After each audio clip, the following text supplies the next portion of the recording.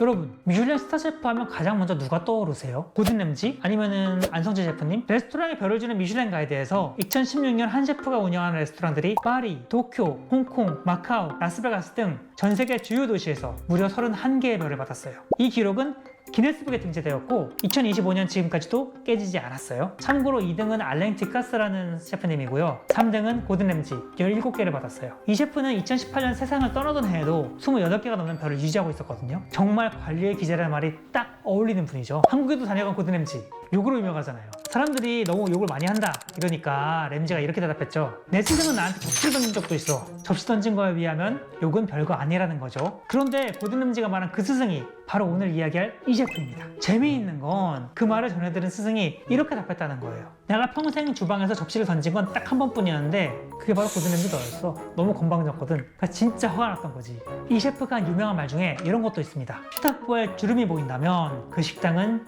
요리에서도 타협했을 것이다. 그러니까 식탁보에 주름이 있는데 안 고치는 식당이면은 이 식당은 요리에 조금 문제가 있어도 그대로 냈을 거라는 거지. 이 셰프는 식탁보에 주름도 용서가 안 될 정도의 완벽주의자인 거예요. 이분은 또 이런 말도 했어요. 미래의 식문화가 궁금하다면 고개를 들어 일본을 보라. 제가 말을 조금 바꾸긴 했는데 그만큼 이 셰프는 일본을 무척 좋아했고 일본도 이 셰프를 사랑했어요. 일본의 미니멀리즘 그리고 장인정신, 코다와리가 이 셰프의 요리 철학이랑 잘 맞아 떨어졌거든요. 소개가 길었는데요. 오늘 말씀드린 인물은 세계의 요리사로 불린 미슐랭이 사랑한 요리사 조엘 로부숑입니다. 조엘 로부숑은 1945년 4월 7일 2차 대전이 끝나가던 프랑스 푸아티아에서 태어났습니다. 원래는 신부가 되기 위해 12살에 신학교에 들어갔는데요. 그곳에서 수녀님들을 도와 음식을 준비하다가 자신이 요리를 좋아한다는 사실을 깨닫게 됩니다. 15살에 부모님의 이혼으로 수도원을 나와야 했고 생활을 위해 직장을 구하면서 자연스럽게 식당에 취직하게 되죠.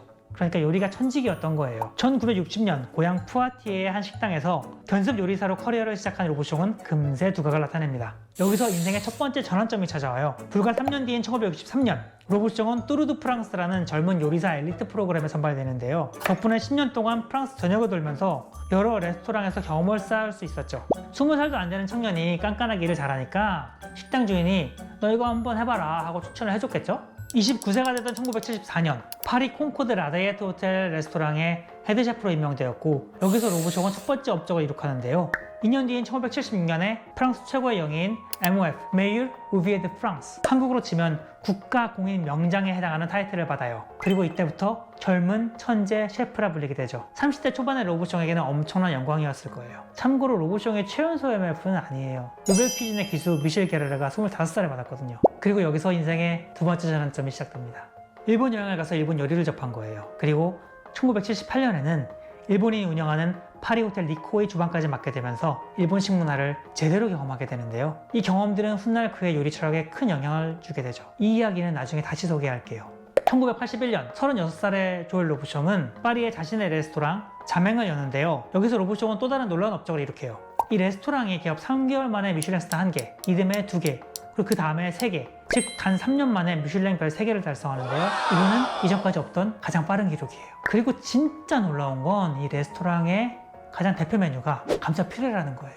말 그대로 으깬 감자라는 거죠. 보통 파인다이닝에서 대표 요리라고 하면 뭔가 트러플, 캐비어, 푸아그라 같이 복잡하고 화려한 게 떠오르잖아요. 근데 그냥 으깬 감자라니 상상하기도 힘든 선택이죠. 재료도 단순합니다. 감자, 버터, 우유, 소금 이렇게 딱 4가지만 사용하거든요. 극한의 미니멀리즘이죠. 하지만 로부숑은 그 단순한 조합을 완벽한 기술과 균형으로 끌어올려서 평범한 요리를 미슐랭도 감탄할 만한 작품으로 바꿔냈습니다. 저는 이 이야기를 읽으면서 그 만화 라따뚜이가 떠오르더라고요. 매우 간단하고 단순한 요리로 가장 까다로운 비평가에 마음을 움직이는 그런 장면. 로부숑의 식당은 완벽주의의 상징이기도 했습니다. 자맹은 좌석이 40석에 불과했지만 직원도 40명이나 있었고요. 이 직원들로 하루 2번 주방 전체를 위아래로 청소했다고 해요. 이런 철저한 운영 덕택에 맛과 청결 모두 미슐랭의 마음을 사로잡은 건 당연했죠. 그 완벽주의 성격 때문에 위생 점수가 거의 특기였던 거지. 90년대 들어서 로부숑은 프랑스를 넘어 전 세계로부터 인정받기 시작합니다. 요리 가이드 고미호에서는 그에게 세계의 셰프라는 별명을 붙여주고요. 1997년에는 영어판 요리책 심플리 프렌치를 출간해서 미국 평론가들의 찬사까지 받습니다. 1993년에는 아예 본인 이름을 건 레스토랑 조엘 로부숑을 열고 역시 미슐랭 별 3개를 받고요. 1994년에는 일본 도쿄에 사리방 로부숑을 열면서 본격적으로 일본과의 인연을 시작하죠. 참고로 제가 이 따이방 로보숑 도쿄의 조엘 로보숑 레스토랑에 의도치 않게 방문했던 적이 있어요. 2000년 초반이었을 거예요. 저녁 무렵에 에비스에 도착했는데 갑자기 비가 쏟아지고 날씨가 막 추워지는 거예요. 배가 고파져서 주변을 둘러봤는데 주변에 식당이 없고 앞에 식당 같기는 한데 뭔가 궁전같이 생긴 건물이 하나 딱 있는 거야. 좀 비싸 보이긴 했는데 주변에 다른 식당이 안 보여서 일단 비부터 피하자 하고 들어갔어요. 입구에서 메뉴판을 확인하는데 뭔가 이상한 거야. 가격의 숫자가 한국이랑 똑같아. 보통 일본 식당은 0이 하나 적어야 되거든요. 그때 느꼈지. 아, 여기는 내 지갑이 감당할 곳이 아니다. 결국 어쩔 수 없이 그대로 돌아 나왔는데 나중에 알고 보니까 그 건물이 바로 미슐랭 3스타 조엘 로보숑 레스토랑이더라고요. 다시 로보숑 이야기로 돌아와서 이렇게 잘 나가던 로보숑은 완벽주의 탓에 점차 건강이 나빠졌고 주변의 셰프들이 유저라는 것에 충격을 받아서 1996년 50세의 나이에 돌연 은퇴를 선언합니다. 하지만 2003년 로보숑은 기존과 다르게 오픈 키친, 일본식 미니멀리즘, 그리고 고객과의 교류를 중시하는 기존 파인 다이닝 공식과는 전혀 다른 새로운 느낌의 식당인 라뜰리에드 조엘 로보숑을 개장하고 성공시키는 세 번째 놀라운 업적을 세웁니다. 아뜰리에가 원래 공방이라는 뜻이잖아요. 로보숑은 기존 파인다이닝처럼 근엄하게 앉아가지고 칼질하는 분위기 말고 마치 장인의 공방처럼 편하고 셰프랑 손님이 즐겁게 수다도 떨 수 있는 그런 식당을 만들고 싶었다고 해요.